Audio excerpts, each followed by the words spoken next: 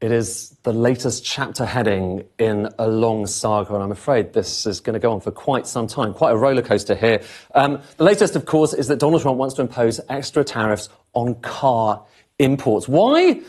Well, it comes back to this chart, a chart that he really will not like at all. This is showing you US exports of cars around the world going back to the 1960s, and the key thing is comparing exports with imports. Look at that line. That's imports into the US of cars. And of course, the difference between that one line and the other one is the trade deficit. So the US sucking in many more cars from overseas than it makes or sends out itself. And that's what Donald Trump really wants to try to remedy. And he wants to do it through tariffs, raising the question, what are the level of tariffs going to be? And I'm afraid there's no simple answer here because there's quite a lot of different categories we can talk about here. First of all, so simplest, there's cars. And right now, the tariff on cars, it's called the Most Favoured Nation tariff, MFN, is 2.5%, so really quite low on cars. And of course, on top of that, you're going to have that 25%. So that goes up to just over 25%. But it's not just the finished cars. It's also the components in those cars that then get kind of worked out, and you have to pay a tariff on just how much of the stuff isn't made in America. It's going to be very difficult to work that out. But nonetheless, you're talking about 25% there. So cars, components, light trucks are already actually tariffed, not at 2.5%, but at 25%. It's the chicken tax. Basically, back in the 1960s, Europe wasn't importing as much. They had kind of import blocks on chickens, factory farm chickens from the US, and in retaliation, Lyndon Johnson said, right, we're going to put tariffs on your trucks. The chicken tax, still there, still in place. And on top of the chicken tax now comes another 25%, this Donald Trump tariff.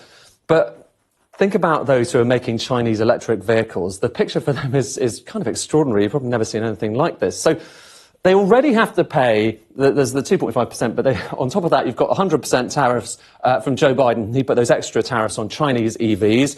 Then you've got another 20% that Donald Trump put on top of that. Then potentially 25% tariffs on anyone who's importing oil, crude oil from Venezuela. That's one of the latest tariffs. And now you've got another 25% on top of that. I mean, it's extraordinary, really. Tot it up, and you're talking about, it's over 170%. Tariffs, amazing, really. And then you've got light trucks at 50% and then components as well. Of course, this is going to affect many countries because when it comes to imports, when it comes to manufacturing, there is nothing more iconic or important than car manufacturing. It's really at the heart of most countries, particularly all of these countries' manufacturing sectors.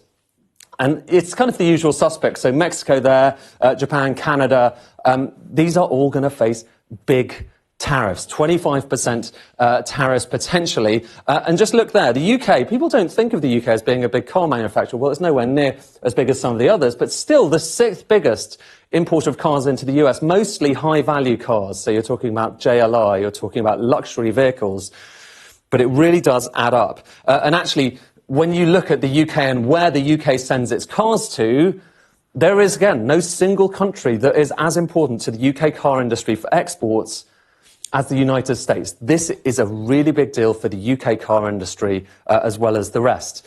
Now, I said earlier, it's not just cars, it's also the components that go inside the cars. And this is where things get kind of complicated, but also quite interesting. So what I'm going to do is we're going to kind of dissect and think about America's most popular car, the Ford F-150 pickup truck, and just how much of the bits and pieces in there actually come from America, because you might have thought this is entirely made in America, and to some extent it is, but inside it, the components, they come from various other places. So what we've got here is a chart showing you the percentage of the value of that car that is actually made in America. And a few years ago, back in the kind of early 2010s, it was up at around, you were talking about kind of, 75% there. But a number of the factories making things like engines and so on have shut down since then, particularly around Michigan, with the upshot that now you're talking about only 45% of it being US and Canadian. And also it's that question of, how much of the Canadian manufacturing is going to be charged, is going to face tariffs. So even for iconic American cars like this, potentially tariffs, and that pushes up the price. Same thing again for America's most popular electric vehicle, the Tesla Model Y. Now, here, more of this car is made in the US, but, say, for instance, consider the motor. That's a US production. You've got the battery pack that's put together in Nevada at the Gigafactory there. It's a Japanese company, actually, Panasonic, that make the batteries, but nonetheless, it's America, although some of the chemicals are coming from elsewhere. Overall, 70% US-Canadian content in the Model Y, whereas you've got about 25% Mexican components, and then there's another 5% or so from elsewhere. Like I say, you've got those chemicals going into the battery. All of this raises a question, okay? So for American car makers, you're probably wondering who is most hit by this. And what we can do is we can draw up a list of the companies from the most vulnerable.